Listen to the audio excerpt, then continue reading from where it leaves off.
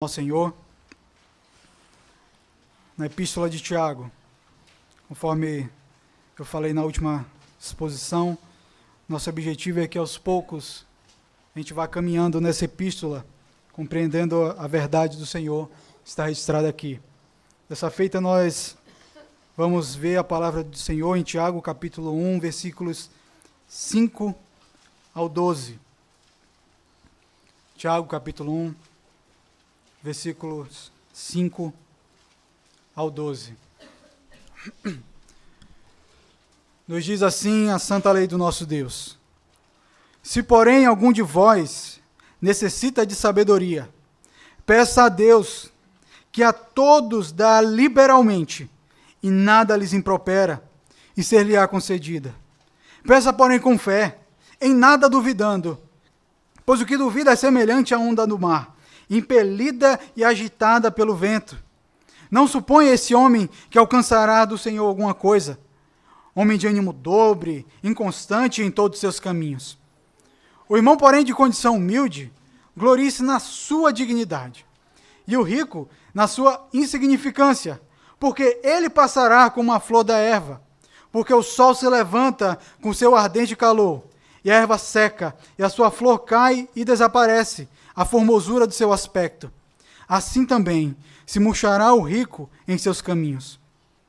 Bem-aventurado o homem que suporta com perseverança a provação, porque depois de ter sido aprovado, receberá a coroa da vida, a qual o Senhor prometeu aos que o amam. Vamos orar mais uma vez, meus irmãos. Senhor, esse é o momento do culto propício, Pai, em que nós nos voltamos para a Tua santa lei, para buscar entendê-la e buscar do Senhor, Pai, o alimento, buscar do Senhor a instrução. Senhor, nós rogamos que nessa manhã, no nome de Jesus, Pai, o Senhor nos abençoe na exposição da Tua palavra, o Senhor nos faça crescer no conhecimento do Senhor, que a Tua palavra entre com uma flecha em nossos corações, trazendo mudança em nós e fazendo com que a gente ame ainda mais o Senhor e a Tua palavra. Nós oramos assim, Pai, certos da Tua bênção e da Tua misericórdia sobre nós. Oramos no nome de Jesus. Amém. Bem, meus irmãos, na última exposição que nós fizemos na Epístola de Tiago, nós vimos que Tiago, que é o autor dessa epístola, ele é irmão do Senhor Jesus Cristo. Além disso, além de ser irmão do Senhor Jesus Cristo, ele era um dos líderes da igreja de Jerusalém. Entretanto, ele apenas se apresenta como Tiago, servo de Deus. E ele escreve como um servo de Deus para os seus irmãos, irmãos que estavam sofrendo. Esses irmãos, como nós vemos no versículo 1, eles estavam dispersos. Essa palavra dispersão indica que eles estavam espalhados dentro do Império Romano, por causa das perseguições que haviam começado aos crentes. Dessa forma, então, Tiago escreve para esses crentes que estavam passando por aflições, incertezas, angústias. E ele escreve para mostrar para eles que as tribulações deveriam torná-los perseverantes. As lutas que eles estavam passando deveriam fazer com que eles tivessem ainda mais firmeza no Senhor, andassem apegados à palavra da verdade, à obra de Cristo em favor deles. E eles deveriam fazer isso, irmãos. E deveriam fazer isso de maneira alegre. Vejam o que eles falam. Tende por alegria, no versículo 2. Tende por alegria o passardes por várias provações. E eles deveriam estar alegres por quê? Porque a provação teria um fruto excelente na vida deles. O versículo 4 fala que essa provação que eles passavam tinha o objetivo de tornar eles perfeitos e íntegros, nada deficientes. Vejam que coisa gloriosa, irmãos.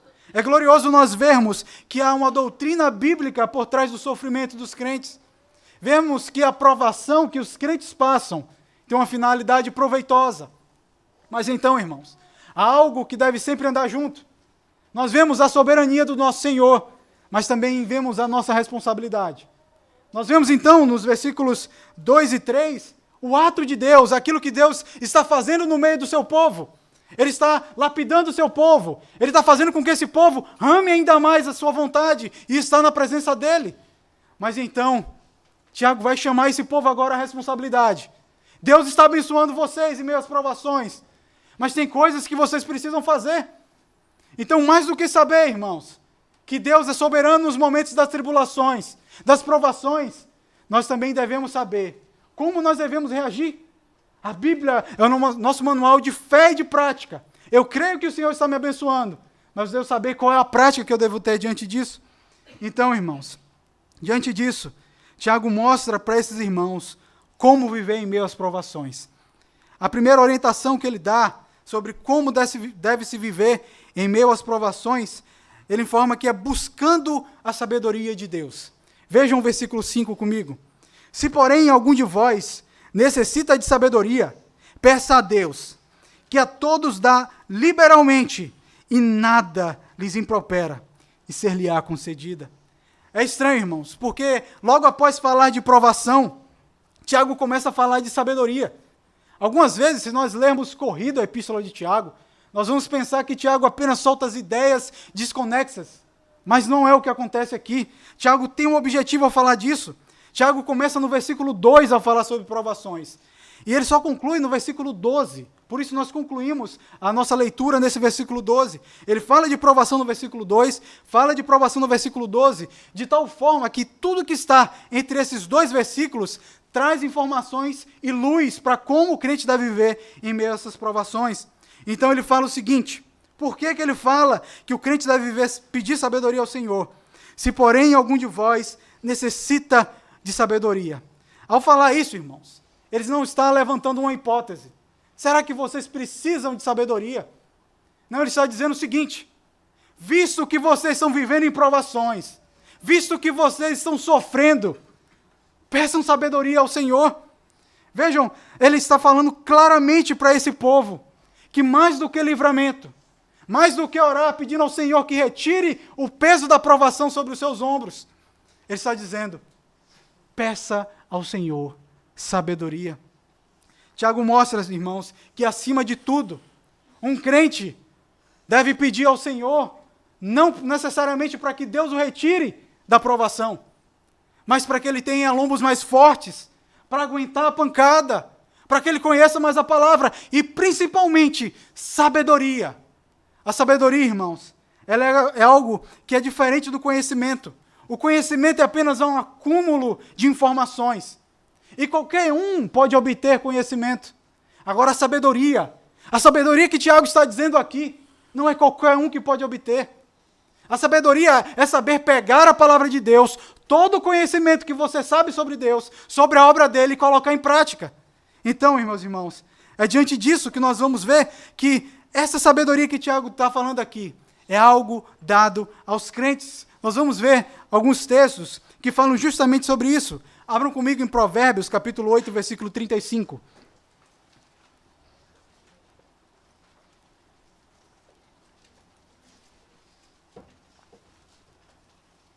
Provérbios, capítulo 8, versículo 35, nos diz o seguinte: porque o que me acha, aqui é como se fosse a sabedoria falando, porque o que me acha a vida e alcança o favor do Senhor. Vejam, quem é esse que alcançou a sabedoria? Quem é esse que se tornou um homem sábio? Aquele que alcançou o favor do Senhor. Apenas aquele que foi alcançado pela graça salvadora de Cristo. Esse pode se considerar verdadeiramente sábio, porque ele tem a palavra de Deus. Além de ter a palavra de Deus, ele tem o Espírito Santo no seu coração. E esse mesmo Espírito vai tornando com que aquela palavra, aquele conhecimento, se torne algo prático para a vida dele. E, meus irmãos, quando nós vemos o livro de Provérbios, ele fala que o temor ao Senhor é o princípio do saber. Aqueles que temem ao Senhor, esses são sábios. Se nós abrirmos ainda em Provérbios, capítulo 2, versículos 6 e 8, peço que os irmãos abram também. Provérbios, capítulo 2, versículos 6 e 8. Porque o Senhor dá sabedoria, e da sua boca vem inteligência e o entendimento. Ele reserva a verdadeira sabedoria para os retos. É escudo para os que caminham na sinceridade. Guarda as veredas do juízo e conserva o caminho dos seus santos. Novamente, o livro de Provérbios nos mostrando isso, que o Senhor abençoa o seu servo de tal forma que lhe dá sabedoria para saber viver em meio às provações. Visto, irmãos, que o Senhor reserva a verdadeira sabedoria para os crentes, então eles devem pedir ao Senhor. Veja o que ele fala logo depois. Se vocês precisam de sabedoria, visto que vocês precisam de sabedoria, como vocês vão reagir diante disso? Peça a Deus. Nós temos estudado aqui a doutrina da oração. O pastor Paulo tem falado com certa frequência sobre pelo que nós devemos orar.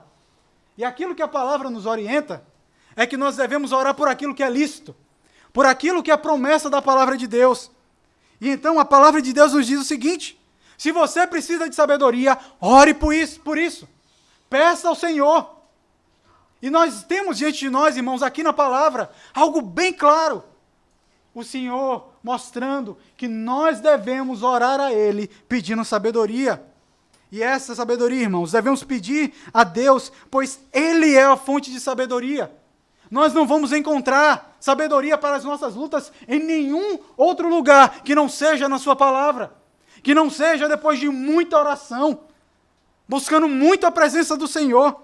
Nós podemos nos lembrar do rei Salomão, quando o Senhor se apresentou a ele, e o Senhor lhe disse: peça, o que você quer? E ele disse: eu quero sabedoria para governar o teu povo, Senhor. Então, visto que não pedisses dinheiro, visto que você não pediu a destruição dos seus inimigos, lhe darei sabedoria. Ele é a fonte. O Senhor é da onde manda toda a sabedoria. E então Tiago fala, nós não apenas devemos pedir a Deus, mas ele diz o motivo pelo qual nós devemos pedir a Deus. Porque Ele dá a todos, Ele dá liberalmente, e nada lhes impropera. Tiago lembra, irmãos, para aqueles irmãos que estavam sofrendo, quem é o Deus a quem eles pedem? Um Deus que tem prazer em dar, um Deus que dá liberalmente. Deus não é como aquela pessoa, talvez você já tenha feito uma compra de um valor baixo, e você está com um saco ou uma bolsa cheio de moedas. Então você começa a pagar contando as moedas. Pouco em pouco, porque você tem um valor muito exato. É pouco aquele valor. Mas então, o Senhor não é assim ao nos dar sabedoria. Ele não vai dando aquele pouquinho, Ele não vai contando moedas, mas Ele dá liberalmente. Ele dá bastante para a gente. Ele é generoso, irmãos. Ele nos dá muita sabedoria se nós pedimos a Ele.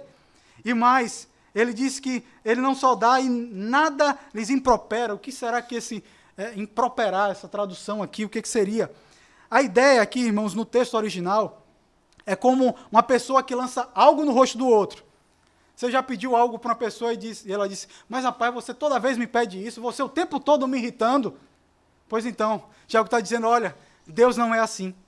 Deus não vai lembrar das suas falhas. Deus não vai lembrar dos seus erros quando você pede sabedoria a Ele. Ele nada impropera. Nós podemos nos lembrar da parábola do filho pródigo. Aquele filho que havia traído o pai, considerado o pai como um morto. Ele perde tudo.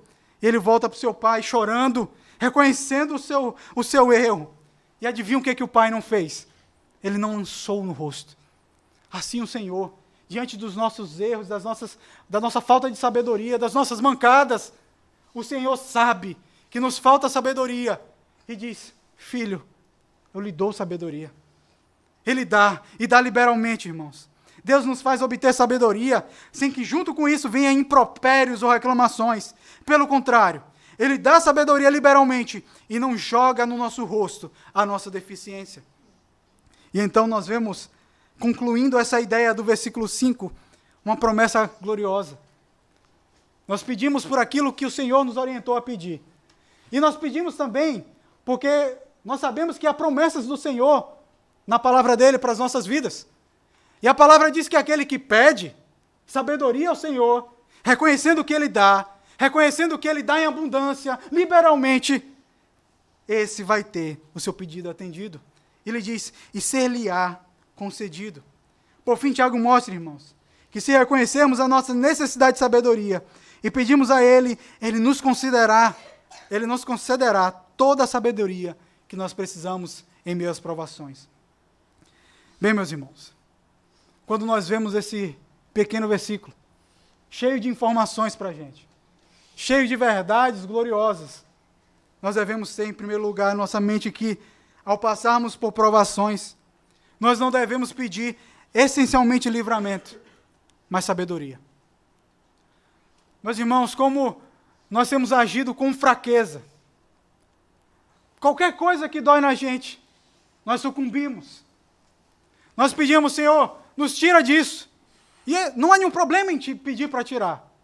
Mas pare para pensar que se você está passando por essa provação, adivinha quem te colocou nela? Adivinha quem é o Deus soberano, governador de todas as coisas? É o próprio Senhor. Então, nesse momento que você passa por suas lutas, peça sim para que o Senhor lhe retire dela. Mas peça acima de tudo, Senhor, me dá sabedoria para saber como viver nessa luta. Faça que todo o conhecimento teológico que eu tenho, tudo aquilo que eu tenho ouvido na igreja, se torne algo prático para mim. Eu preciso viver isso, Senhor. Eu preciso que essa verdade da Tua palavra esteja na minha vida. E você chega com o Senhor, diante do Senhor, sabendo que Ele dá essa sabedoria. Ele vai te lembrar da palavra dEle, vai lhe lembrar como aplicar essa palavra. E em meio às provações, nós temos certeza que a palavra de Deus tem nos orientado nisso. Meus irmãos, nós vemos também que nós precisamos mais do que apenas conhecer a doutrina, mas precisamos saber aplicar essa doutrina em meio às aflições.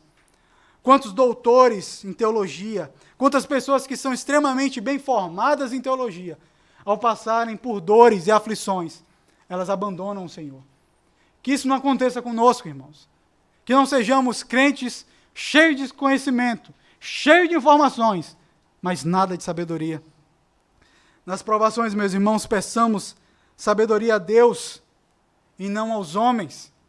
Quantos aqui podem falar e lembrar de pessoas que gastam rios de dinheiro indo para terapia, indo para psicólogo? Não tem nenhum problema da pessoa ir no psicólogo. Deve ir a um profissional que é bem formado para isso. Mas quantos que querem tratar o seu próprio pecado, as suas angústias pelo pecado, com conhecimentos outros que não a palavra de Deus? Talvez tenha essa grande briga entre os conselheiros bíblicos e os psicólogos, justamente por isso, irmãos, porque a igreja muitas vezes tem buscado a sabedoria do homem, sabedoria mundana. Uma pessoa que tem um problema no casamento, ela vai para um conselheiro, para outra pessoa, para um conselheiro, outra pessoa que não conhece a palavra de Deus. Como você vai prosperar assim? Como você vai ser sábio? Como vencer a provação no casamento ou diversas outras provações se você não conhece a palavra de Deus e não busca no Senhor? Talvez você pegue um livro de autoajuda e ache que ele seja mais interessante do que a palavra de Deus. Você pega um livro de qualquer desses autores aí, que falam que você pode continuar e você é forte. Vai falando um tanto de baboseira e a gente vai botando isso no coração e não busca na palavra de Deus. Por que eu posso vencer a luta? Por que eu venço a provação? Não é porque eu posso, não é porque eu tenho uma capacidade, mas porque eu sirvo a um Deus glorioso e que Ele tem poder para mudar todas as coisas. Então a sabedoria eu vou buscar nele e apenas nele. Nosso Senhor é generoso, irmãos. Ele nos dá muito se nós pedimos a Ele a sabedoria. E nós somos animados por Ele mesmo a chegar com confiança diante do trono da graça e lhe pedir sabedoria em meio às provações. Bem, Tiago continua a desenvolver a sua ideia. E ele continua a mostrar como os crentes devem viver as meias provações com as atitudes deles. E a segunda atitude está destacada nos versículos 6 a 8. E essa atitude é orar com fé. Vejam comigo os versículos 6 a 8. Peça, porém, com fé, em nada duvidando, porque o que duvida é semelhante à onda do mar, impelida e agitada pelo vento. Não suponha esse homem que alcançará do Senhor alguma coisa. Homem de ânimo dobre, inconstante em todos os seus caminhos. Tiago mostra, irmãos, como deve ser esse pedido a Deus por sabedoria em meio às provações. Certo? Eu tenho que pedir. Mas então como que eu vou fazer esse pedido a Deus? Então ele diz, peça, porém, com fé. Ao falar isso, Tiago está sendo categórico, que aquele que busca o Senhor, é necessário que ele tenha no seu coração muita fé no Senhor. Ele creia que o Senhor de fato é capaz de lhe abençoar. Porque, irmãos, se nós chegarmos diante do Senhor com um coração dúbio, um coração vacilante, como se uma pessoa estivesse fraca, como nós vamos obter algo do Senhor?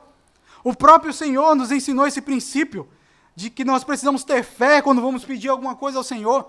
Abram comigo Mateus, capítulo 21, versículos 21 e 22.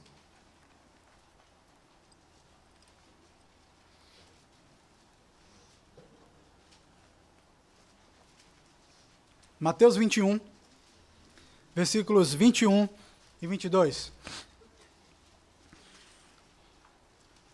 Jesus, porém, lhes respondeu: em verdade vos digo, que se tiverdes fé e não duvidardes, não somente fareis o que foi feito à figueira, mas até mesmo, se a esse monte disserdes, ergue-te e lança-te no mar, tal sucederá.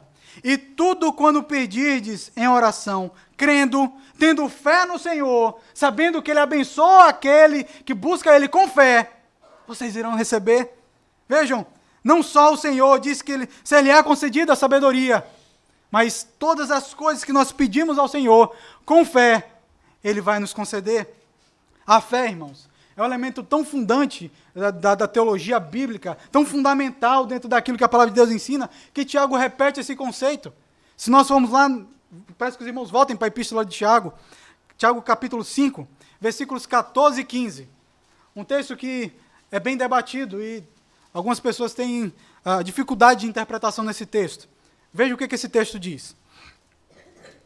Ele está falando aqui do contexto de um irmão que está enfermo e um presbítero que vai orar por ele. Versículo 14 e 15 do capítulo 5. Está alguém entre vós doente? Chame os presbíteros da igreja, e estes façam uma oração sobre ele, ungindo com óleo, em nome do Senhor.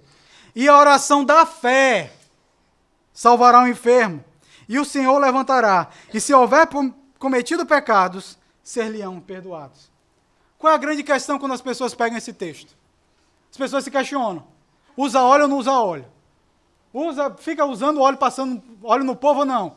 Presbítero, vamos pegar os presbíteros da igreja, pegar um óleo e sair passando no povo. Não é esse o foco do texto. O texto não está falando se a pessoa deve usar óleo ou não. Eu creio, assim como muitos teólogos, que o fim desse uso do óleo é algo medicinal. Então, é como se uma pessoa chegasse o seguinte, os presbíteros foram orar para uma pessoa que está com enxaqueca muito forte. Então, é dado medicamento a ela, e você vai orar por ela. Mas vejam, aquilo que cura não é o remédio, não é essencialmente um remédio. Mas o texto diz o seguinte, que a oração da fé vai salvar o enfermo. Vocês conseguem entender qual é o centro desse texto? O centro desse texto não é óleo ou deixa de usar óleo. Mas, sim, oração da fé. Há pouco tempo eu fui numa livraria para comprar um livro, uma livraria evangélica, obviamente, e eu percebi que havia uns kits daqueles que os pastores levam para fazer ceia nos lares das ovelhas que não podem ir. E era interessante aquele kit porque tinha lá um frasco para poder botar o vinho, o suco de uva, e tinha um prato para poder botar o pão, tinha os cálices para poder tomar o vinho, e tinha também mais outro elemento, que é o frasquinho do óleo. É como se fosse um outro sacramento, irmãos. Vai misturando as coisas de Deus, aquilo que representa o sangue de Cristo sendo derramado, a carne dele sendo moída pelos meus pecados, com óleo. Completamente, interpretação completamente errada. O fato é, a oração da fé, a fé na busca do Senhor, é algo que deve andar na vida do crente.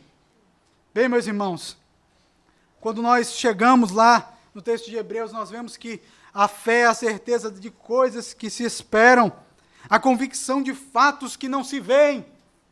Imagina, crentes, nós vivendo, esperando coisas que a gente não vê, tendo certeza de coisas que a gente tem certeza de coisas que nós esperamos, convicção de fatos que a gente não está vendo. Pode pensar o quê? Que os crentes são loucos. Mas a nossa fé envolve isso. Nós podemos não ver, como crentes, o Senhor agindo naquele momento exato nas nossas vidas. Mas temos certeza que o Senhor, Ele governa sobre as nossas vidas. Nós oramos a Ele.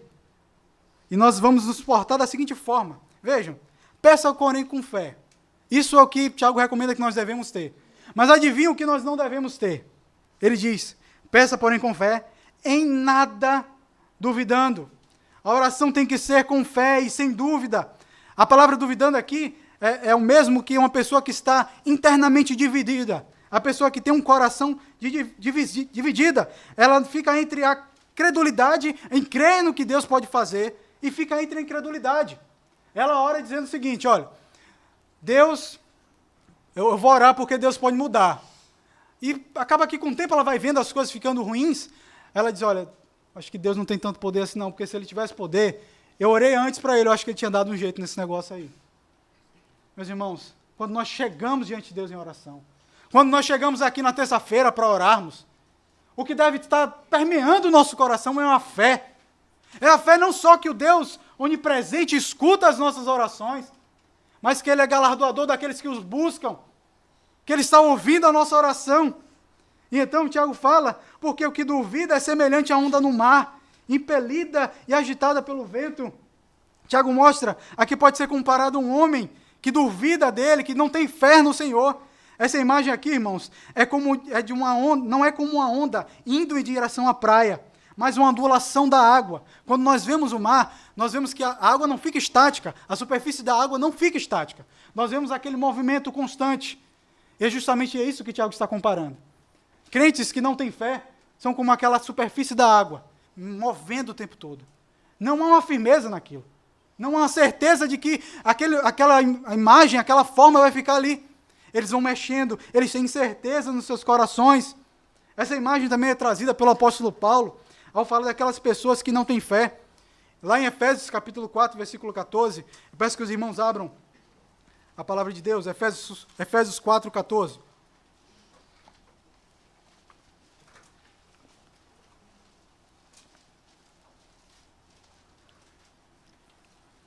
Para que não mais sejamos como meninos, agitados de um lado para o outro, e levados ao redor por todo o vento de doutrina, pela artimanha dos homens, pela astúcia com que induzem ao erro. Vejam, pessoas levadas pelo vento, comandadas pelo vento, ao léu.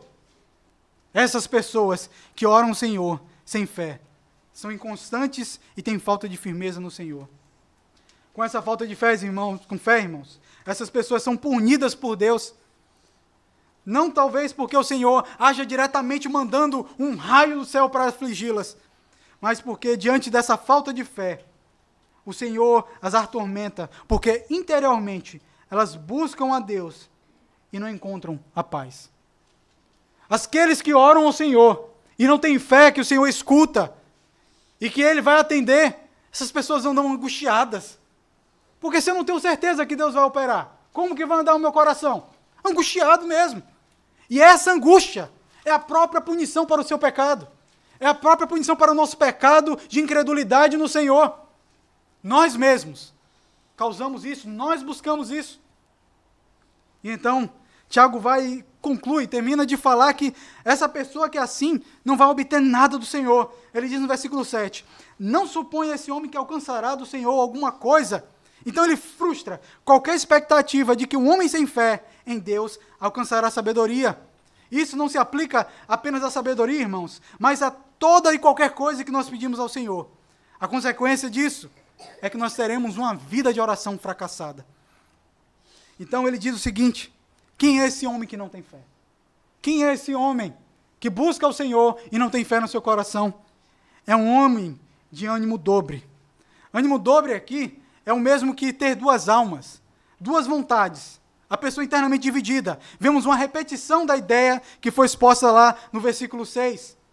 Talvez as crianças aqui, que assistem desenho, podem se lembrar. Eu me lembro que quando eu era pequeno, tinha uns desenhos do Pato Donald, do Pica-Pau, e sempre eles tinham uma decisão para tomar. E aí aparecia, estava um estouro, aparecia um anjinho aqui falar para ele. Não um anjinho, mas um anjo, uma espécie de anjo para falar com ele. Ele começava a falar coisas boas para aquele personagem. Oh, faça isso, faça tal coisa. E do outro lado aparecia uma espécie de demônio. Não faça isso, faça o mal, faça a coisa errada. Bem, irmãos, essa imagem tão infantil, né, que as crianças estão tão acostumadas, é mais ou menos um homem que ora sem fé. É um homem de ânimo dobre. Ele não sabe se escuta um anjinho que está ali falando com ele, ou se ele escuta o capetinha que diz que ele não deve ter fé no Senhor. Imaginem, irmãos, nós que temos o Santo Espírito de Deus assim, fracos, débeis na fé no nosso Senhor Jesus Cristo.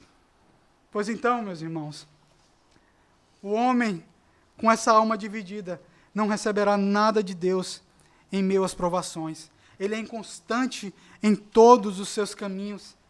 O inconstante espiritualmente, ele ora, não ora. Ele vive para Deus, vive para si. Ele não sabe exatamente o que é que ele é. E você certamente conhece alguém assim. Alguém que qualquer vento de doutrina leva, que não se firma na igreja, ele não amadurece. Essa é a imagem daquele que chega diante de Deus da aprovação. Ora ele, pedindo sabedoria, mas não tem fé. Pois então, meus irmãos, a palavra de Deus nos ensina aqui que quando chegamos diante de Deus nas tribulações, algo que deve permear nossa vida, que deve estar entranhado na nossa oração, algo que não pode ser desassociado, é vida de oração, mas essa oração deve ser com fé. A fé não é algo que você mesmo criou, não é uma crença, mas é uma obra de Deus na sua vida. É algo que o próprio Senhor lhe deu. E peça para Ele, Senhor, aumenta a minha fé. Foi Tua graça, Senhor, que me alcançou. Foi o Senhor mesmo que colocou fé no meu coração. Então fortalece essa fé, Senhor. Então, meus irmãos, nós devemos lutar contra essa incredulidade. Isso é obra do maligno. E nós precisamos deixar de ouvir as ideias de Satanás para ouvir aquilo que a palavra de Deus diz, que o nosso Deus muda a nossa sorte em meio às provações. E então, meus irmãos, Deus quer interesse de nós, dos nossos corações, no momento de provações. Não devemos ficar com os dois pensamentos. Elias disse ao povo de Israel: até quando cocheareis entre dois pensamentos? Se é o Senhor Deus, seguiu. Se é Baal, seguiu. Se você é crente, siga Cristo. Se você tem fé, siga Cristo. Se você não tem fé, viva para Baal. Sirva a outros deuses. Pois então, meus irmãos, até quando nós vamos viver nas provações com dois sentimentos? Temos fé, não temos fé? Vamos orar com fé, meus irmãos. Acreditando que nós servimos a um único Senhor, que nos dá toda a bênção e que nos dá a bênção da fé em meio às provações. Bem, o texto continua e Tiago nos dá mais uma orientação sobre como viver em meio às provações. A terceira orientação se encontra nos versículos 9 a 11. E ele nos mostra que o crente deve viver em meio às provações, tendo alegria nas riquezas espirituais. Vejam comigo os versículos 9 a 11. O irmão, porém, de condição humilde, glorie-se na sua dignidade, e o rico na sua insignificância, porque ele passará como uma flor da erva.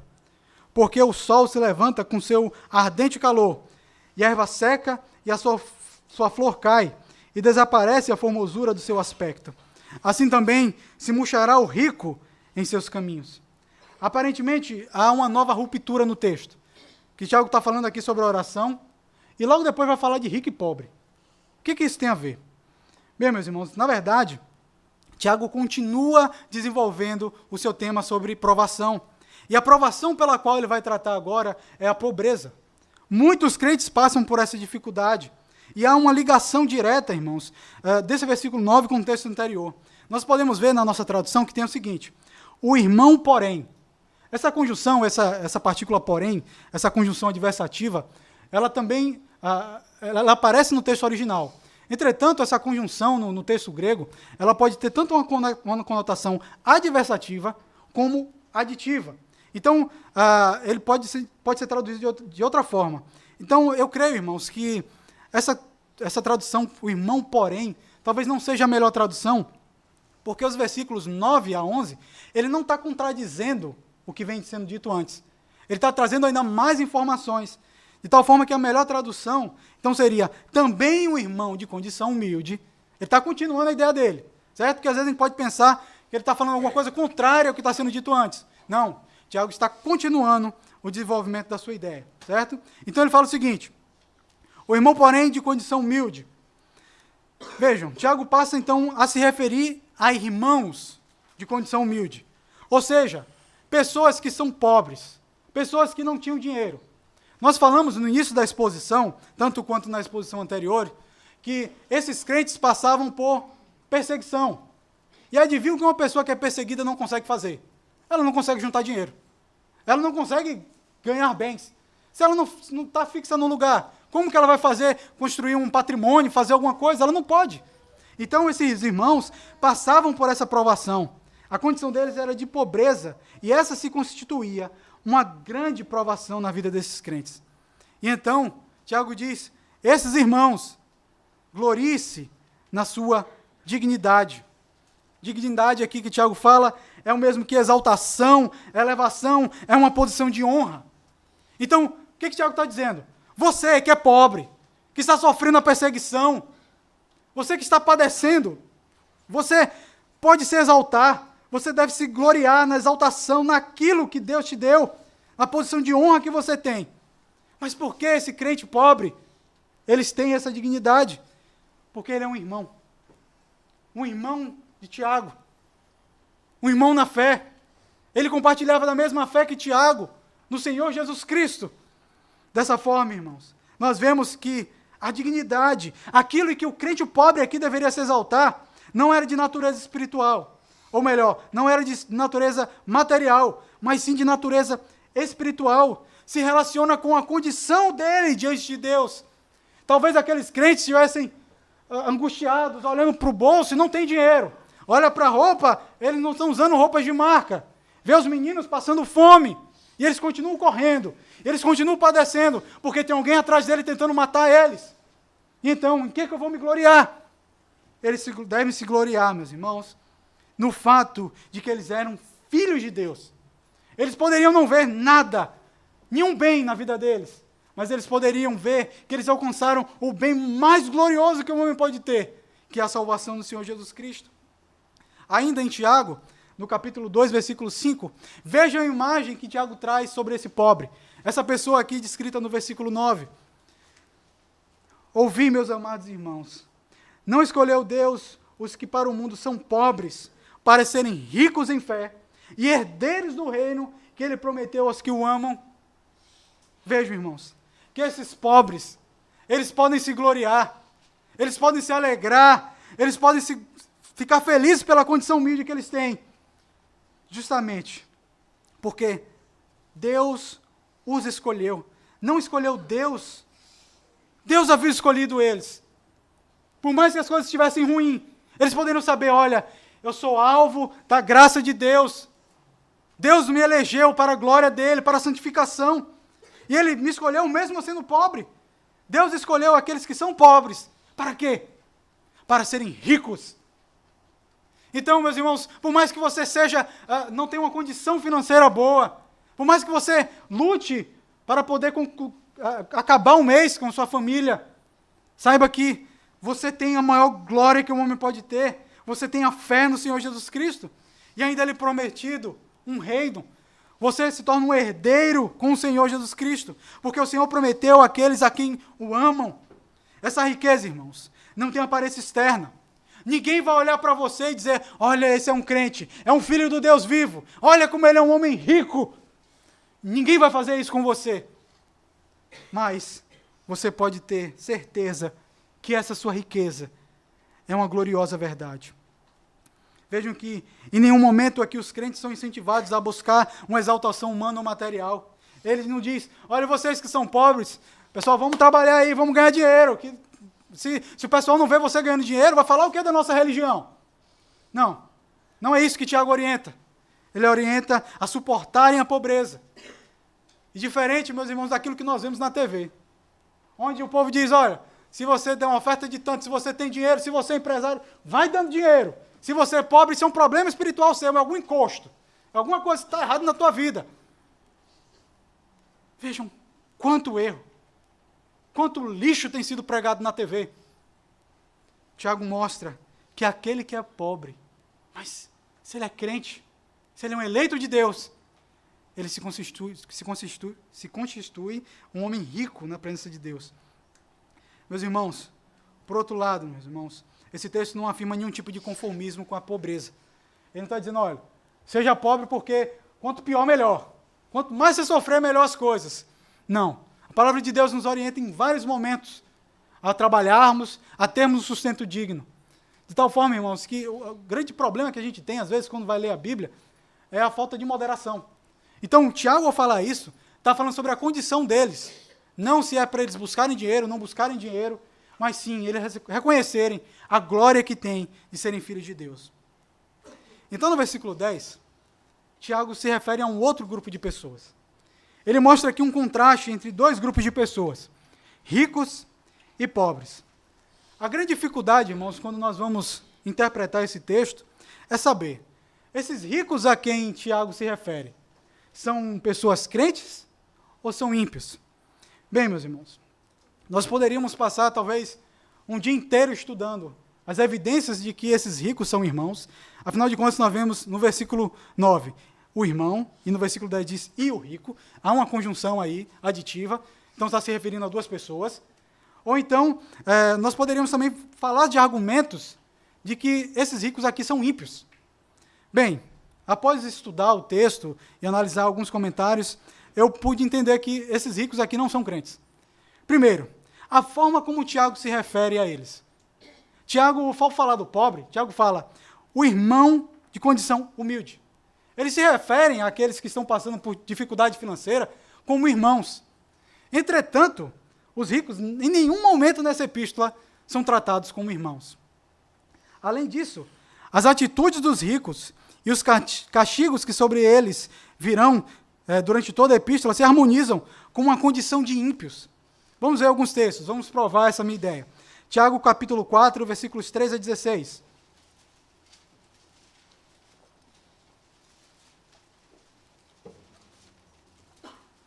Tiago 4, 13 a 16. Entretanto, vós outros menosprezastes o pobre. Não são os ricos que vos oprimem, e não são eles que vos arrastam para os tribunais. Não são eles os que blasfemam o bom nome que sobre vós foi invocado. Vejam quem são esses ricos. Pessoas que oprimem os crentes. São pessoas que blasfemam o nome de Cristo. Blasfemam o bom nome que foi invocado sobre aqueles pobres.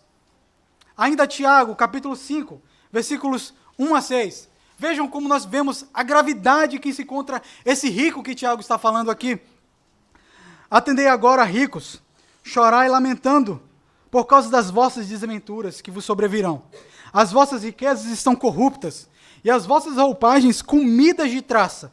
O vosso ouro e a vossa prata foram gastos de ferrugens, e a sua ferrugem há de ser por testemunho contra vós mesmos, e há de devorar, como fogo, as vossas carnes. Tesouros acumulaste nos últimos dias. Eis que o salário dos trabalhadores que ceifaram os vossos campos, e que por vós foi retido com fraude, está clamando. E os clamores dos ceifeiros penetraram até os ouvidos do Senhor dos Exércitos. Tendes vivido regaladamente sobre a terra. Tendes vivido nos prazeres. Tendes engordado o vosso coração em dia de matança. Tendes condenado e matado o justo, sem que ele vos faça resistência. Vejam, esses ricos aqui, eles deveriam chorar. Enquanto nós vemos na palavra de Deus dizendo que o crente tem que se alegrar. Lendo Filipenses, nós vemos, alegrai-vos no Senhor, fiquem felizes. Vejam com a recomendação que Deus dá para ímpios. Chorem. Vejam que a vida deles é marcada pela corrupção, roubo, tirando do pobre. Eles vivem com os prazeres dessa terra, eles vivem se deleitando com os prazeres dessa terra. Dessa forma, meus irmãos, o rico que é relatado aqui no versículo 10 do capítulo 1 de Tiago, ele pode ser entendido como ímpio. Esses ímpios, eles oprimiam os crentes.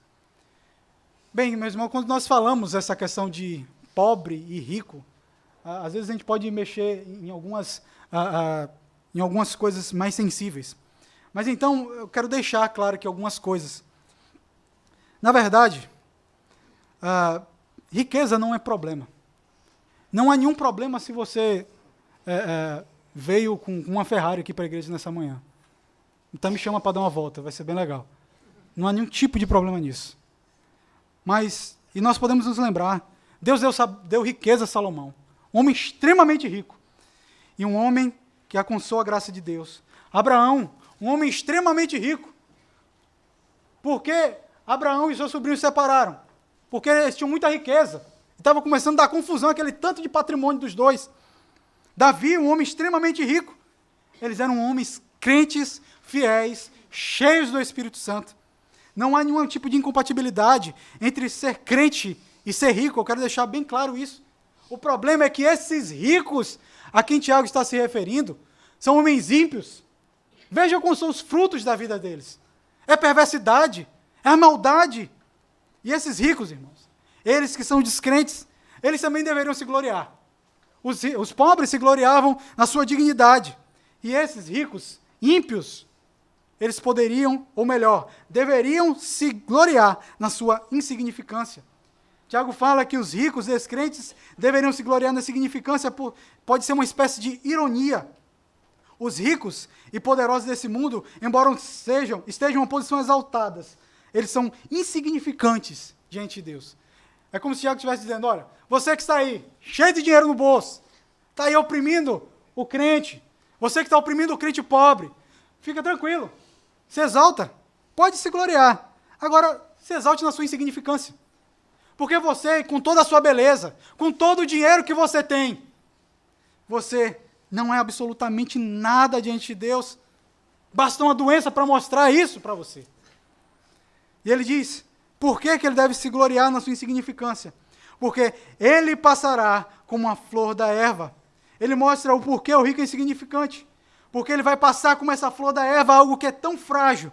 Toda a sua glória é externa e passageira. Ao ser afligido por doenças e circunstâncias externas, ele é completamente destruído. Meus irmãos, aqueles que têm acompanhado o jornal, quem que em sã consciência ia dizer que um homem como Ike Batista chegou a ser o 8º homem mais rico do mundo, 32 bilhões de dólares a sua fortuna. Quem diria que esse homem estaria hoje na cadeia? Não hoje, mas até ontem ele estava na cadeia. Quem diria? Vê como é passageiro.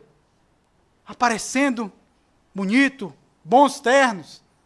Mas passou. Hoje virou prejuízo. Veja em que ele tem que se gloriar. Na insignificância. Meus irmãos, esses ricos que estão aqui, eles oprimiam os crentes. Então Tiago lembra para os crentes, olha, esses homens que estão fazendo perversidade com vocês, que estão blasfemando o nome de Cristo, esses que perseguem vocês, adivinha o que o Senhor vai fazer com eles? Vai fazer com que eles passem como a flor da erva, com que eles sejam destruídos. Dessa forma, meus irmãos, nós vemos que Deus iria agir diretamente sobre a vida deles. Então, no versículo 11, Tiago diz, porque o sol se levanta com seu ardente calor. Aqui parece o motivo pelo qual a flor da erva é destruída. Essa imagem aqui do sol que se levanta é porque esse sol ele vem com um vento abrasador, destruindo aquela flor da erva. E esse vento abrasador é algo que vem diretamente de Deus, está diretamente vinculado ao governo do Senhor sobre a vida dos ímpios. Então a erva seca e a sua flor cai, desaparece a formosura do seu aspecto. Ele começa a escrever de forma progressiva como essa flor da erva tão bela vai sendo destruída. Ela vai se secando, ela vai caindo e o vento vai levando e vai desaparecendo aquela formosura, de tal forma que você pega ela depois de um pouco tempo, ela vira palha, fica duro, e toda aquela beleza foi embora. E ele diz, assim também se murchará o rico em seus caminhos. Dessa forma, irmãos, assim como uma flor da erva é destruída, assim também será o rico. Seus caminhos aqui se referem ao mesmo que uma jornada, a sua caminhada, a sua própria vida. E toda a riqueza e prosperidade desses ímpios, assim como a formosura das flores do campo, serão extinguidas diante do fogo do juízo de Deus. Aqueles que fazem o mal contra Deus, aqueles que afligem o povo de Deus, serão destruídos, assim como a erva é destruída. Meus irmãos, o motivo pelo qual esses homens são destruídos não é porque eles têm um bolso cheio de dinheiro, não é porque o nosso Deus é um Deus que só cuida de pobre. Deus cuida do pobre, cuida do rico e de todas as pessoas. Ele não tem preferência por ninguém. Ele só prefere os eleitos dele. Mas rico ou pobre, negro, branco, alto, baixo, não há nenhum tipo de preferência. Então, o motivo pelo qual esses homens estavam sendo punidos não era a sua riqueza, mas o fato de eles serem ímpios e arrogantes e não terem um temor do Senhor no coração. Meus irmãos, talvez alguns aqui nessa manhã estejam passando por dificuldade financeira.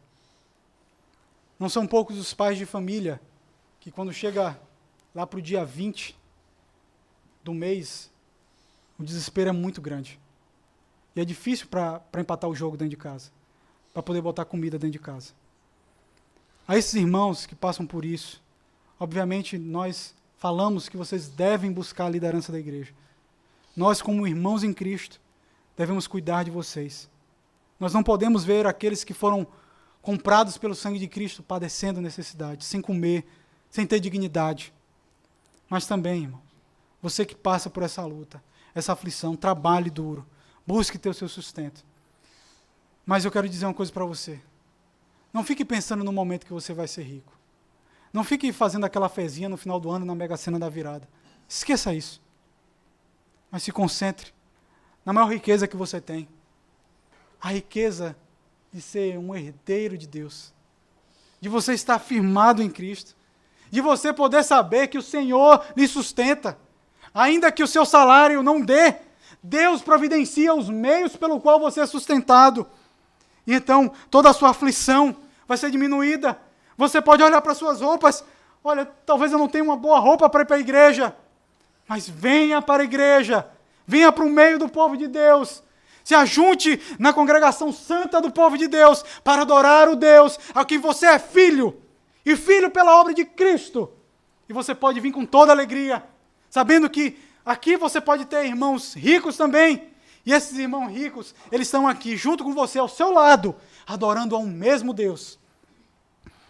Bem, meus irmãos, a grande riqueza do homem não está na sua conta bancária, mas mas no seu status diante de Deus. Nós crentes podemos ser ricos ou pobres, mas o nosso tesouro deve estar firmado no Senhor. Podemos nos alegrar, irmãos, pois não seremos destruídos, assim como a flor da erva, mas seremos glorificados em Cristo. Eu quero também deixar uma mensagem para você que tem muitos bens, está conosco aqui nessa manhã, mas você não conhece o Senhor Jesus Cristo. Talvez você pense que você é bem importante. Talvez você tenha um grande cargo dentro da sociedade. E você pensa, olha, ninguém me destrói, ninguém me derruba de onde eu estou. Mas eu quero lhe dizer que em breve a sua insignificância lhe será apresentada. Aquela insignificância a qual Tiago disse que os ricos devem se gloriar. Vocês serão apresentados a ela. Mas há uma solução para você. Arrependa dos seus pecados. Ganhe hoje a maior riqueza que o homem pode ter. Não pense que o seu dinheiro vai lhe livrar no dia do juízo do Senhor. Não pense que dinheiro vai fazer com que a moeda, ao soar lá no fundo do cofre, lá no fundo do gasofilácio, que sua alma vai sair do inferno. Não irá. Arrependa-se em Cristo, encontre a maior riqueza. E você, que também é pobre e que não conhece o Senhor Jesus Cristo, ganhe no Senhor o maior bem que você pode ter. Não gaste o seu tempo buscando dinheiro nessa terra, mas busque a salvação da sua alma e a verdadeira riqueza que o homem pode ter. Então, meus irmãos, nas provações, nós devemos nos lembrar que por mais que as coisas estejam doendo, por mais que haja aflição, por mais que haja tristeza, eu posso ser feliz porque eu tenho muitas riquezas, eu tenho muitos bens, e os meus bens, e minha riqueza está no Senhor Jesus Cristo. Nele eu encontro todo o bem para a minha vida. O texto continua, meus irmãos, e nos mostra a última orientação de Tiago para como os crentes devem viver em meio às provações. Essa orientação está no versículo 12, e essa orientação é que nós devemos viver em meio às provações com esperança na glória eterna. Vejam comigo o versículo 12. Bem-aventurado o homem que suporta com perseverança a provação, porque depois de ter sido aprovado, receberá a coroa da vida, a qual o Senhor prometeu aos que o amam. É interessante aqui a forma como Tiago apresenta a sua ideia. Ele faz logo um contraste do rico que vai perdendo a sua glória, com o crente que vai sendo ornamentado, que vai sendo embelezado. E essa beleza é por meio de uma coroa gloriosa. E então Tiago diz: bem-aventurado o homem que suporta com perseverança a provação. Ao ouvirmos essa palavra bem-aventurado, nós lembramos do Senhor no Sermão do Monte. É a mesma palavra que está lá no Sermão do Monte, é a que nós vemos aqui. Bem-aventurado, feliz, feliz é aquele que suporta com perseverança a provação. E então, meus irmãos, o bem-aventurado aqui é aquele que está firme no Senhor. Lembramos aqui daquilo que está lá no capítulo 1, versículos 2 e 3. Meus irmãos, tende por motivo de toda alegria o passardes por várias provações, sabendo que a provação da vossa fé, uma vez confirmada, produz perseverança. Então, meus irmãos, por que ele deve estar firme? Porque depois de ter sido aprovado, ele receberá a coroa da vida, a qual o Senhor prometeu aos que o amam.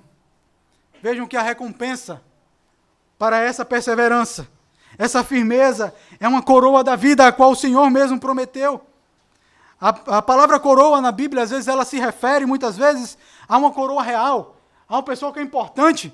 Mas nesse contexto aqui, a melhor compreensão é de uma coroa de louros, que é dada àquele que venceu uma grande batalha. Talvez, certamente todos aqui já viram uma disputa na Olimpíada. E quando acaba, o que é que o vencedor recebe? Além da medalha, um buquê de flores, ele recebe uma coroa de louros. Essa coroa de louros, irmãos, está vinculada a um prêmio de alguém que suportou uma grande luta. De alguém que se preparou muito para um momento bem difícil, em que viriam outros que tentariam vencer ele. E ele fica ali firme, buscando fazer aquilo que ele entende que vai lhe trazer a vitória. E essa coroa, irmãos, ela não é prometida só aqui em Tiago. Peço que os irmãos abram agora em Apocalipse, capítulo 2, versículo 10.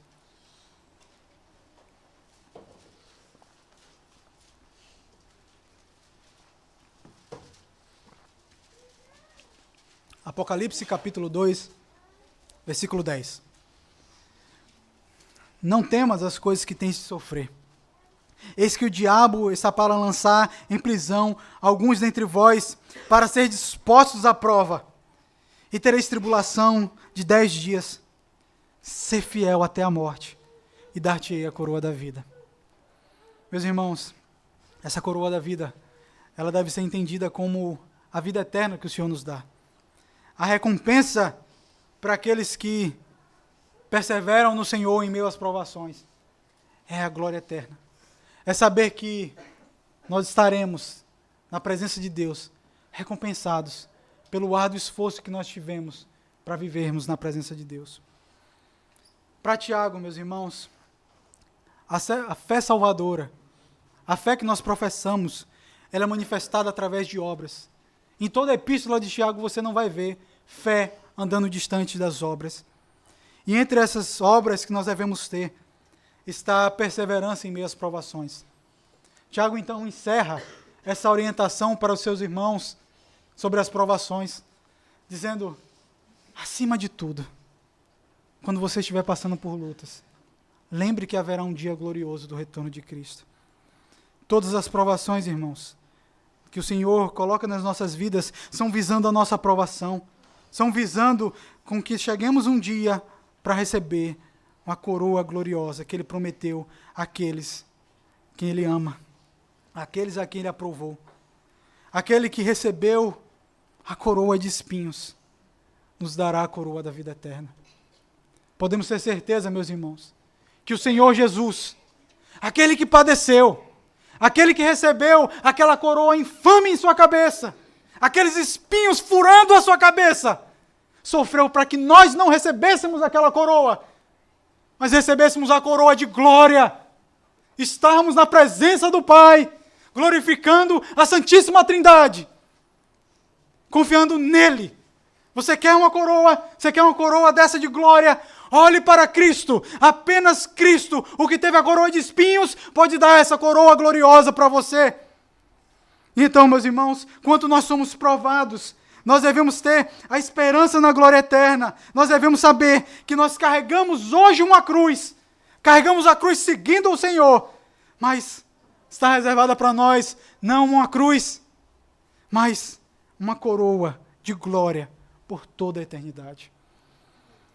Por fim, meus irmãos, nós devemos nos lembrar que, em meio às tribulações, nós devemos pedir ao Senhor que Ele nos dê sabedoria. Não queira correr das situações difíceis da sua vida. Não queira fugir. Encare os problemas, as provações da sua vida. Mas encare orando. Encare buscando a sabedoria do Senhor. E ore com confiança. Sabendo que o Senhor, Ele abençoa aquele que chega diante dEle com fé. Se alegre com sua riqueza espiritual. A riqueza que você pertence ao Senhor. E saiba que nas provações precisamos ter esperança da glória eterna. Você não pode ver as coisas desmoronando, vendo as coisas se acabando às vezes na sua vida, e ficar pensando, é isso mesmo. Você deve pensar, glória a Deus, porque a minha aflição vai acabar. O Senhor Jesus vai voltar, e eu verei glorioso, eu verei restaurando todas as coisas, e isso vai trazer a verdadeira expectativa ao seu coração, no momento das provações. Amém, meus irmãos. Vamos fazer uma oração ao Senhor.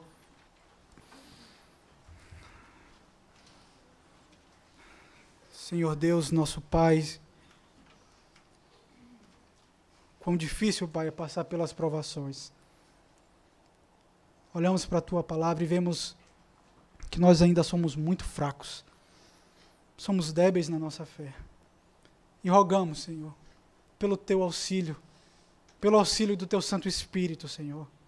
Ajuda-nos a orar por aquilo que o Senhor nos ensina a orar. Ajuda-nos, Senhor, a ter fé. Aumenta a nossa fé. Não temos como aumentar ela, Pai. Apenas o Senhor pode nos fortalecer. Ajuda-nos, Senhor, a olhar para o Senhor, o Deus da glória, e sabermos que no Senhor temos a verdadeira riqueza.